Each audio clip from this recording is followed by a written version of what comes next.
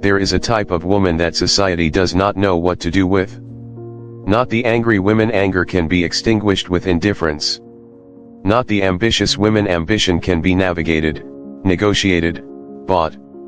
Not even the powerful women, for power still requires recognition to exist. The type of woman they truly fear is the one who has found complete peace with herself. She sits in a room and does not need someone to love her to feel whole. She hears criticism without feeling the need to justify herself. She confronts the possibility of loneliness and realizes she was never truly alone. She has discovered the secret that an entire industry of inadequacy was built to hide: you are already enough. Carl Jung spent 50 years of his life understanding the human mind, and he realized that these women are not anomalies, they are signs of an ongoing evolution. While the world around them still operates on the principle of lack of love, lack of success, lack of security, these women have broken the matrix. They have embraced what Jung called the process of individuation, not becoming someone else, but becoming wholly and completely themselves. This is not an easy journey. Jung warned, there is no birth of consciousness without pain. But these women have been willing to pass through what he called the dark night of the soul, the period where all false identities dissolve so that an authentic self can emerge. Self-existence without permission. If the animus remains unconscious or repressed, it can lead to a dependency on external male figures. Carl Jung. I once witnessed a presentation at an international scientific conference. Two women were invited to speak about their research. Both were PhDs with over 15 years of experience in the medical field. Sarah, a leading expert in cardiology, began her presentation with, "I'm sorry for possibly taking up your time, but I hope what I share might be a little helpful." For the next 30 minutes, she peppered her groundbreaking scientific findings, the result of 5 years of research, with phrases like "I think that, perhaps we could, and if I'm not mistaken." The audience listened politely, but the atmosphere in the room felt vague, indecisive. Although the content was critically important, potentially life-saving for thousands of patients, the lack of confidence in her delivery diluted the message. Elena took the stage with a completely different demeanor. She began, "Good morning. Today, I will present a new treatment method our research team has developed. This method has improved patient survival rates by 30% in clinical trials." There were no apologies, no hesitation, only clarity and complete ownership of her knowledge. This is the difference between a woman who is still asking for permission to exist and one who has integrated what Jung called the animus, the archetype of assertion, action, and, most importantly, the ability to self-define one's worth without external approval. The woman who has harmonized with her animus has stopped frantically searching for signs of approval from the outside world. Instead, she has learned to listen to her inner voice, not the voice of self-doubt, but the voice of intuition and true strength. The result? She doesn't become selfish or detached. In fact, the opposite happens. When she no longer has to expend energy worrying about whether she is liked, she can focus completely on the person in front of her. She listens more deeply, cares more authentically, and is able to give more, not from a place of depletion, but from a place of fullness. This is what systems of power fear most. A woman who does not ask for permission to exist will not ask for permission to change the world around her. She becomes an independent source of energy, not because she is oppositional, but because she has found the source of power within herself, a power that no one can give and no one can take away. Refusing the role of the free rescuer, every form of undifferentiated relatedness leads to projection and illusion. Carl Jung, once she finds the right to exist without permission, the whole woman soon confronts a painful but liberating discovery: not every kind act is truly compassionate. And sometimes, refusing to help is the most loving thing she can do. I observed this story in the relationship between two sisters. Amanda, a talented psychologist, had spent 7 years supporting her younger sister, Jessica, through a series of self-created crises. Every month, there was a new drama: losing a job, due to chronic lateness; a breakup, due to jealousy; financial trouble, due to reckless spending; a health scare, due to not following medical advice. Each time, Amanda was ready to drop everything to help. She would listen for hours, provide emotional support, research solutions, and sometimes even offer financial assistance. She genuinely believed she was demonstrating sisterly love. But after 7 years, Jessica was worse off than before, more dependent, more fragile, and less capable of handling life's basic challenges. The pattern finally became clear during a family dinner. Jessica was sharing her latest crisis, being fired from her third job in 2 years. As usual, she painted herself as a victim of unjust circumstances.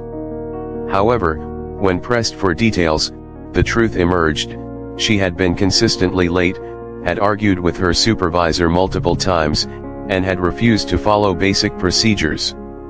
Amanda's mother, who had been observing quietly, made a comment that gave everyone pause. "Jessica, you've never had to develop coping skills because Amanda always saves you. You create a crisis and then rely on her to fix it? This isn't helping either of you." Jung would have immediately recognized this situation as a manifestation of the devouring mother archetype, the dark side of the nurturing instinct. While maternal energy in its positive form fosters growth and empowerment, in its negative form, it creates dependency and stunts natural maturation. He once warned, "The wounded healer is always in danger of becoming the wounder." The meaning is not that compassion is wrong, but that unconscious compassion often creates more harm than healing. When helping becomes a way to maintain a position of power, when caring becomes a way to feel indispensable, true love becomes distorted. To understand this better, we must examine the psychology of help addiction. Jung found that people with this tendency are often filling a void within themselves. They feel valuable when they are needed. They feel important when someone depends on them. They feel good when they can fix someone else's problems. However, Jung cautioned, everything that makes us too important to ourselves is in danger of becoming something we cannot give up. When helping others becomes the only way you feel worthy, you are no longer truly helping, you are feeding your own ego by maintaining another's weakness. In Amanda's case, a deeper exploration revealed a complex web of subconscious motives. Growing up, Amanda had been the responsible child, excelling in school, making her parents proud. Jessica had been the problem child, creative but chaotic, always needing to be rescued. This script had become so ingrained that both sisters unconsciously collaborated to maintain it into adulthood. Amanda secretly enjoyed the feeling of being superior, needed, and indispensable. Helping Jessica affirmed her identity as the good one while avoiding her own unresolved issues. Jessica, meanwhile, received attention, pity, and most importantly an exemption from having to develop adult coping skills. Jung called this phenomenon the secondary gain of illness, the ways in which people unconsciously benefit from maintaining a victim status. Jessica was constantly rescued, which sent the message that she was truly incapable of handling her own life. Each rescue reinforced her sense of helplessness and external locus of control. He noted, "There is nothing worse than helping people who do not want to be helped, or helping in a way that makes people dependent on that help." This is precisely the trap most chronic helpers fall into. They think they are healing, but they are actually creating psychological dependency. The woman who has achieved inner peace recognizes the cycle through a painful but necessary journey, the journey Jung called meeting the shadow. She must confront the uncomfortable truths about the real motives behind her constant helping. Difficult questions arise: does she truly care about the other person's growth, or does she need them to be dependent to feel valuable? Is she offering genuine compassion, or is she avoiding her own difficult problems by focusing on someone else's? Is she empowering others, or maintaining subtle control by keeping them in a state of weakness? These questions require brutal self-honesty. They are not pleasant to contemplate, but they are essential for true liberation, both for the helper and the helped. When Amanda finally recognized this vicious cycle, she made a difficult decision. The next time Jessica called with her latest crisis, Amanda responded differently: "Honey, I see you're struggling, and I love you very much. But I've realized that my constantly saving you isn't actually helping. You are intelligent and capable, and you need the space to develop your own problem-solving skills. I believe in your ability to handle this yourself." Jessica's reaction was immediate and fierce. She accused Amanda of being selfish, uncaring, and abandoning her in her time of need. Other family members also questioned Amanda's sudden coldness. But Amanda stood firm, not from a place of punishment, but from a place of deeper love. Jung once asserted, "True love includes saying no when necessary." This is one of the hardest lessons for women to learn. We have been conditioned to believe that saying no is selfish, cold, and uncaring.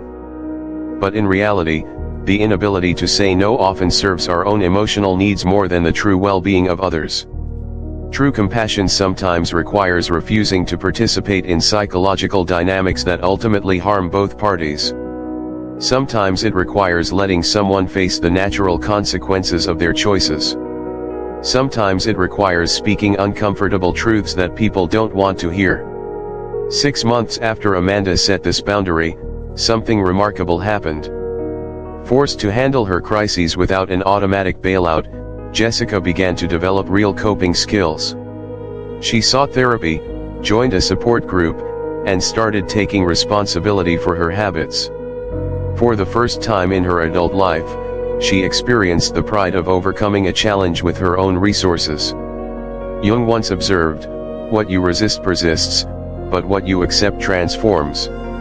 By accepting that her helping Jessica was not actually helping, Amanda allowed the space for real transformation to occur. The whole woman understands the fundamental difference between sympathy and empathy, between enabling and empowering, between supporting and being used as an emotional dumping ground. She has learned to distinguish genuine requests for help from manipulative demands for endless emotional labor. When someone genuinely wants help and is willing to do the necessary work to change, she supports them freely. But when someone just wants an audience for their drama, endless validation for their victim status, or someone to do the emotional work they should be doing themselves, she refuses with compassion but with firmness. Those who truly want to heal find the motivation to address their problems constructively. Those who just want an emotional rescue system find another target. And her? She frees up an enormous amount of psychic energy to use for higher purposes, including genuinely helping those who are ready to help themselves. By refusing to be a free emotional labor machine, she actually becomes a more powerful source of healing. Because the people who come to her now are not looking for someone to depend on, they are looking for a true partner in their journey of growth. Not collecting trauma as a trophy that which you do not make conscious will become your fate. Carl Jung: a strange thing is happening in the modern world, trauma has become a social currency. I noticed this at a women's networking event. Within 15 minutes, a conversation about business had turned into a competitive storytelling of suffering. Diana with her abusive boss. Rebecca with her dysfunctional family. Natalie with her long string of betrayals. Each one spoke as if her pain were an honorary PhD. But one woman sat quietly. Sarah, a woman I knew had been through true hell but never mentioned it. When asked, she simply said, "I had a difficult period, but now I'm focused on what I'm building." Then she changed the subject to her new charity project. The interesting part? Everyone in the room wanted to hear more from Sarah. Not because of a story of suffering, but because of the vibrant energy she radiated. Jung understood why.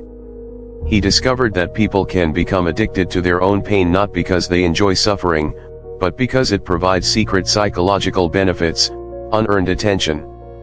Everyone listens to a story of suffering. An exemption from responsibility. I am this way because of my past. Moral superiority. I have suffered more than you. Manipulative power. Who would dare refuse someone who has been through so much? Jung called this the secondary gain of illness. And it can be more addictive than cocaine. But there's a problem: when you define yourself by your pain, you must maintain the pain to maintain your identity. I once knew two sisters. Both had a violent, alcoholic father. Lisa, the elder sister, turned her trauma into her identity. She told the story to anyone who would listen, explaining every failure through the lens of her painful past. At 30, she was still living as a 15-year-old victim. Emma, the younger sister, was completely different. She went through therapy, faced her pain, extracted the lessons, and then moved forward. She rarely mentioned the past unless it was to help someone in a similar situation. At 30, she was building a support center for abused women. Lisa had a story. Emma had a life. Jung wrote, "I am not what happened to me, I am what I choose to become." This is the decisive split. Do you choose to be the story, or do you choose to be the author? The whole woman chooses to be the author. She doesn't deny her pain, she transforms it. She doesn't hide her scars, she turns them into sources of strength. Most importantly, she does not let the past write the script for her future. She understands a simple but revolutionary truth: trauma can be an excellent teacher, but it is a terrible master. When someone asks about her difficult past, she doesn't deflect or exaggerate. She says, "I learned valuable lessons from that period. Now I'm focused on how to use those lessons." Then she moves on to share what she is creating, not what happened to her. This transformation doesn't happen overnight. It requires the courage to ask uncomfortable questions. Am I using past pain to justify present limitations? Am I more invested in being right about my trauma than in actually healing? Am I hiding behind the past to avoid taking responsibility for the present? These questions are painful, but they lead to freedom. Jung observed, everything that we accept completely will transform. When you no longer need your pain to feel special, you become truly special. The result? People don't pity her, they admire her. They don't see her as a victim, they see her as a warrior. And most importantly, she doesn't live in the past, she lives in the present, creating the future. She becomes more interesting, more dynamic, more alive. Instead of just one story about being hurt, she has countless stories of growth, discovery, and becoming. Not because of what happened to her, but because of what she did with what happened. And that is the revolutionary power of a woman who has stopped collecting trauma as a trophy. She proves that you can honor your past without being imprisoned by it. You can carry the wisdom without carrying the weight. Jung was right, what we do not make conscious controls us. But once we make it conscious, we are free. She lives in the present, not in memory or plans. I can express it as an affirmation of things as they are, an unconditional yes to that which exists. Carl Jung: when you stop living as a victim of the past, something magical happens, you actually show up where you are. I was once sitting in a coffee shop observing two distinct types of people. The first, constantly scrolling on their phones, their minds already in this afternoon's meeting or stuck in last week's argument. They drank their coffee like robots, not tasting, not feeling, just consuming. The second, phones put away, sipping each mouthful, watching the sunlight stream through the window. There was one woman in particular, sitting alone, completely at ease, as if it were the most perfect moment of her life. Guess which of the two looked happier? Here is the truth few want to admit: most of us are not living, we are existing in a state of waiting. Waiting for the weekend. Waiting for the holidays. Waiting for the promotion. Waiting to get married. Waiting for the kids to grow up. Waiting for retirement. We spend our entire lives preparing to live, and then forget how to actually live. Jung understood this when he distinguished between two types of time. Clock time, the numbers, deadlines, and schedules we are enslaved to. And real time, the moments in which we are truly alive, feeling, and connected. You can spend 8 hours at the office without experiencing a single second of real time. Or you can have 5 minutes of real time that make the entire day worthwhile. I know a couple who illustrates this perfectly. The husband is always busy, phone to his ear, mind on tomorrow's work. When his 5-year-old daughter says, "Daddy, I want to tell you about my day," he replies, Let daddy just handle this one email first. 10 minutes later, the child has moved on. The wife is completely different. When her child speaks, she puts everything down, gets on the child's level, and listens as if it's the most important conversation in the world. And to her, it is. Who will the child remember when she grows up? Jung once said, "Who looks outside, dreams, who looks inside, awakes." But one could add, who lives in the past or future, merely exists, who lives in the present, truly lives? Why is it so hard to be here and now? Because we have been programmed to believe that happiness is always somewhere else in the future or the past. I'll be happy when. If only I could go back to the time when. We turn the present into a transit station instead of a destination. The whole woman has discovered the simple secret: life only happens in one place right now. Not last week. Not next month. This very moment. When she eats, she truly eats. Tasting the food, feeling the texture, savoring each bite. Not eating while scrolling social media. Not eating while worrying about the afternoon meeting. When she talks to someone, she is truly there. Not preparing her next response. Not comparing it to her own story. Just listening, completely and deeply. The result? People feel seen, heard, and understood when they are with her. Not because she has great advice, but because she is truly present. Jung once observed, the secret of change is to focus all of your energy not on fighting the old, but on building the new. And the new can only be built in the present. You cannot change the past, it is gone. You cannot control the future, it has not arrived. But the present? This is where your true power lies. This isn't about mindfulness as a chore. It's about realizing that when you are no longer haunted by what happened or anxious about what might happen, you can fully enjoy what is happening. He also explored the concept of synchronicity, meaningful coincidences that cannot be explained. The interesting thing? The more present people are, the more likely they are to notice and experience these magical events. It seems that when we truly show up, life starts to collaborate with us. Jung described an unconditional affirmation of what is. This is the secret to peace: stop fighting with the present moment. Stop wishing things were different. Stop living in stories about the past or future. Instead, say yes to what is here, right now. Not with passive resignation, but with active acceptance, what Jung called amor fati, the love of one's fate. This is the ability to love life as it is, not as we think it should be. When she no longer needs permission to exist, when she no longer needs to rescue or be rescued, when she is no longer defined by trauma, she can naturally say yes to life as it is. And in that yes, something miraculous happens. You discover that the present is not a tiny moment between the past and future, but a vast, infinite space where all possibilities exist, where life actually happens, and where you can finally come home to yourself. She needs no one else's approval for her life. Individuation does not mean becoming selfish, but becoming one's true self. Carl Jung: when a woman stops measuring her self-worth through achievements, a liberating truth emerges: she does not need others' approval to validate her life.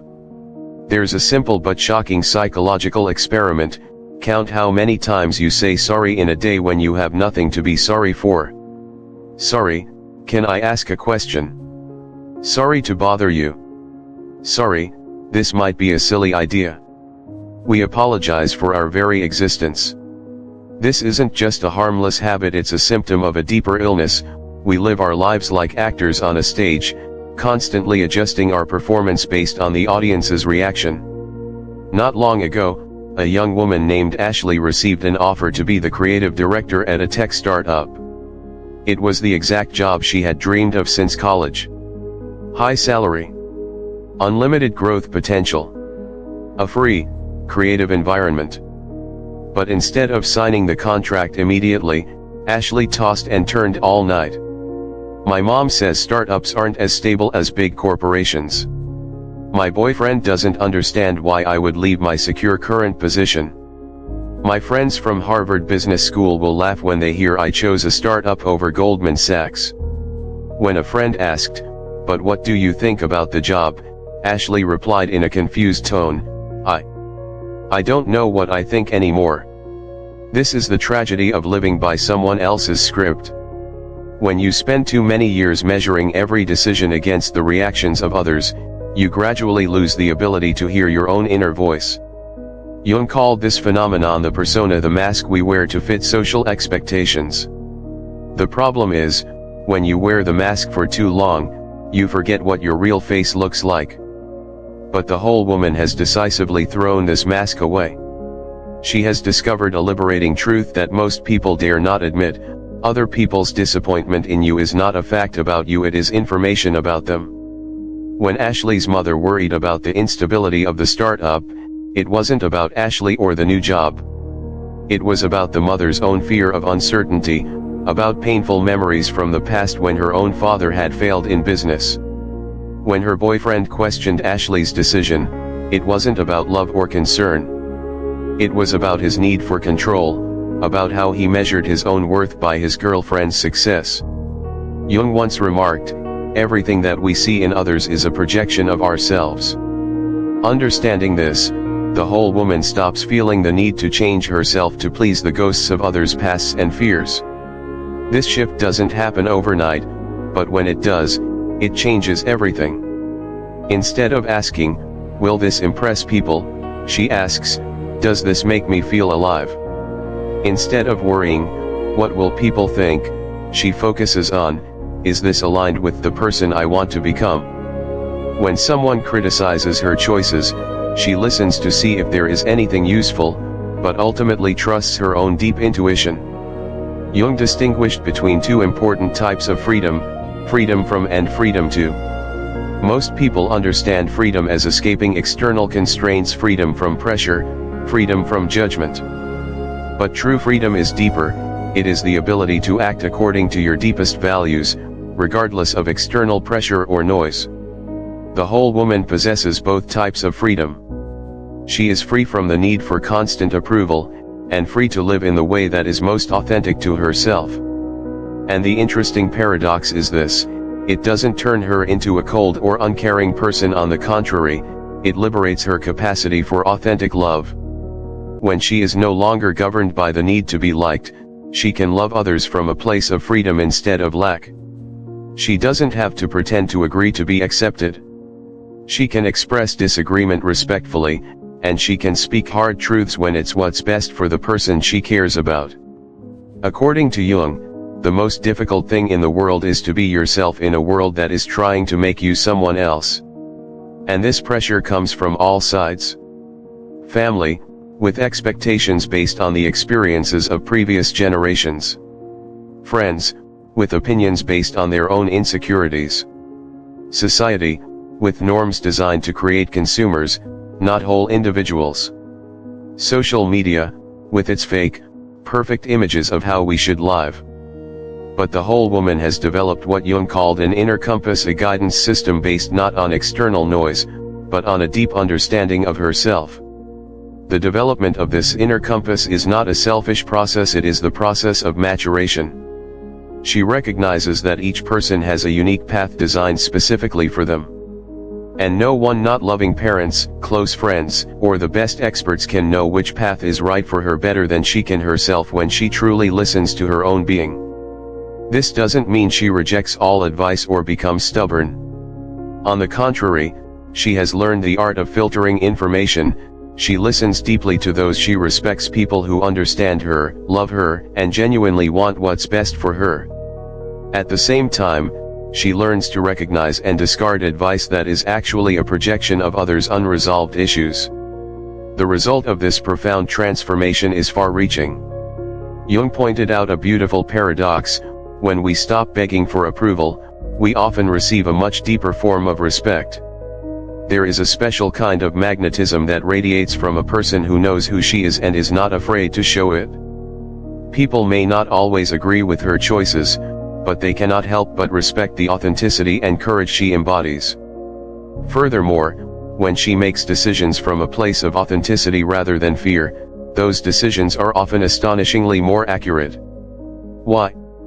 Because they are made from a deep understanding of her true self, not from the image she thinks others want to see.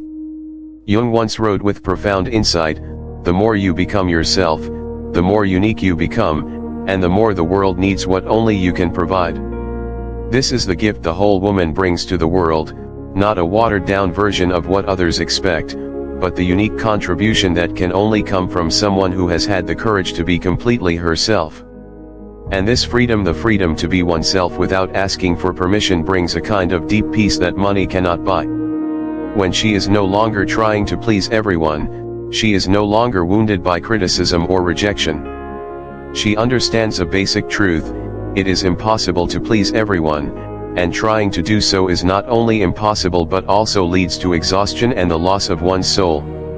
Instead, she focuses all her energy on living in a way that allows her to look in the mirror each morning with self-respect and peace. The question she asks herself is no longer, "Will this make people happy?" but "Is this aligned with the person I truly want to be?" And in this simple but revolutionary shift from living for approval to living in loyalty to oneself, she finds the kind of freedom most people spend their entire lives searching for but never have the courage to grasp. She is comfortable with solitude. Loneliness does not mean the absence of company, but the feeling of being uncomfortable with oneself. Carl Jung, paraphrased, "When a woman stops needing approval from others, a surprising discovery emerges: she is not afraid of solitude. On the contrary, she discovers that the ability to be alone is the hidden superpower of our time." There's a psychological experiment from the 1970s that stunned me. Researchers simply asked participants to sit alone in an empty room for 15 minutes and do nothing. The result? 67% of men and 25% of women chose to inflict pain on themselves by pressing a button that delivered an electric shock rather than just sit quietly with themselves. They would rather endure physical pain than face the silence of their own minds. The first time I read this, I thought there must be a mistake. Then I looked around and understood. We live in an age where being alone has become the greatest terror. We need constant sound music, podcasts, TV. We need constant distraction: phones, social media, messages. We need anyone to confirm that we exist and have meaning. We have become refugees from ourselves. We have become refugees from ourselves. Jung recognized this very early on. He understood that there is a profound difference between being alone and being lonely, and this difference determines the quality of our lives. Being alone is simply the physical state of solitude. Being lonely is the psychological hell of feeling disconnected from oneself. You can be alone and feel completely connected to the universe. And you can be lonely even in the middle of a crowd of 1,000 people. The whole woman has discovered this secret: solitude can be the greatest gift you give yourself. Most people fear solitude for one simple reason: they have never truly met themselves. When all the external noise falls silent, they have to face the thoughts, feelings, and aspects of themselves they have spent their entire lives running from. Unresolved fears. Buried dreams. The parts of them they feel ashamed of. Jung once said, "People will do anything, no matter how absurd, to avoid facing their own souls." But the whole woman? She has had the courage to make that journey. She has gone through what Jung called the dark night of the soul, the period of confronting everything she tried to avoid. She has looked her fears straight in the eye, acknowledged her flaws, embraced the imperfect parts she once hated.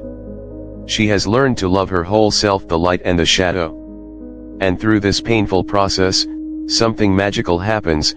When she is alone, she no longer meets a terrifying stranger. She meets a dear friend. I once knew a woman named Claire who illustrated this perfectly. After a difficult divorce, Claire discovered she could sit in a coffee shop alone without feeling the need to constantly check her phone to hide the shame of not having company. She could travel alone and truly enjoy the experience, not because she had no other options, but because she wanted the space to explore the world at her own pace and according to her own interests.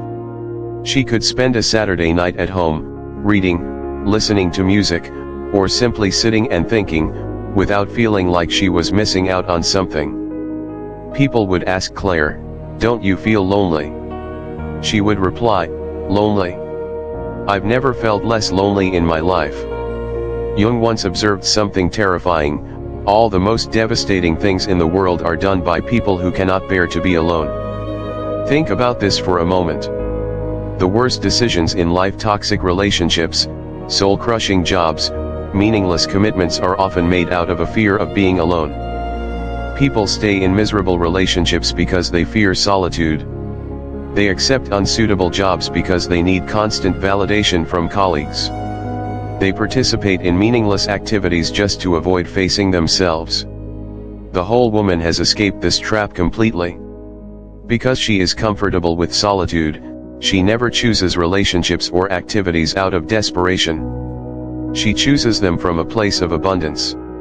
She wants a partner, she doesn't need one to survive.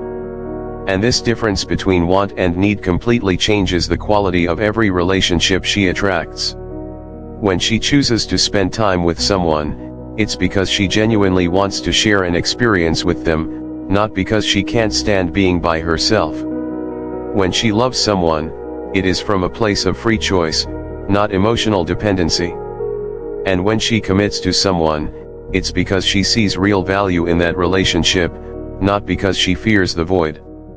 Jung also pointed out something else profound: the ability to be alone is a prerequisite for true creativity. He wrote, "In solitude, the soul finds the inspiration it cannot find in the noise." Think about it: the greatest discoveries, the most profound works of art, the most important spiritual insights all arose from moments of solitude. Einstein with his theory of relativity. Virginia Woolf with her immortal novels. Mozart with his genius symphonies. They all needed silence and solitude for great ideas to emerge. When she is alone, the whole woman doesn't have to maintain any masks. She doesn't have to play the role of the successful one, the strong one, or the always happy one. She can be completely herself with all the complexity, contradictions, and true beauty of a human being in continuous growth. In this space, magical things happen. New ideas can emerge without judgment. Deep emotions can be fully felt. Important insights about herself and her life can arise from the quiet. She understands a truth most people dare not admit: the relationship with herself is the most important relationship she will ever have. It is the foundation for all other relationships. If she cannot love and accept herself, how can she truly love and accept others? Jung once wrote a line that has stayed with me forever: one who cannot be alone cannot love, they can only cling. And this is what I see in the whole woman: she doesn't cling to anyone. She loves from a place of freedom. The ability to enjoy solitude also gives her a special kind of power in all of life's negotiations. People who are afraid of being alone are often willing to accept terrible conditions in work, in love, in friendship, just to maintain any connection at all. But her? She knows she is perfectly fine on her own, so she never negotiates from a position of weakness. She can say no to unsuitable opportunities. She can walk away from situations that do not respect her. She can wait for what is truly worthy of her. Ultimately, her comfort with solitude gives her the most precious gift of all: time. Time to reflect. Time to grow.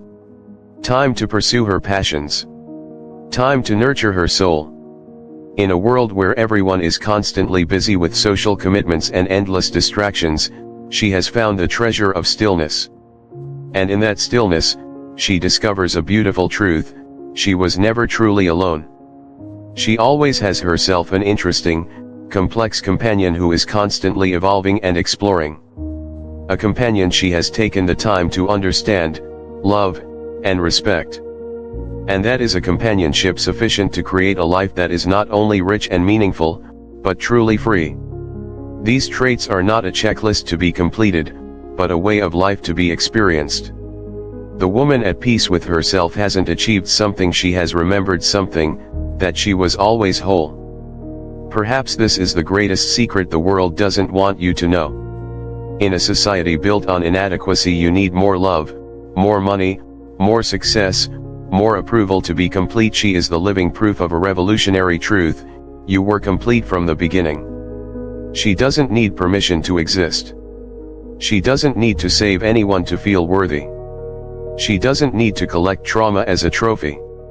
She doesn't live in the past or future, but right here, right now.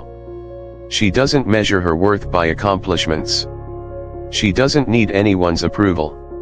She is comfortable being alone. She can face conflict when necessary.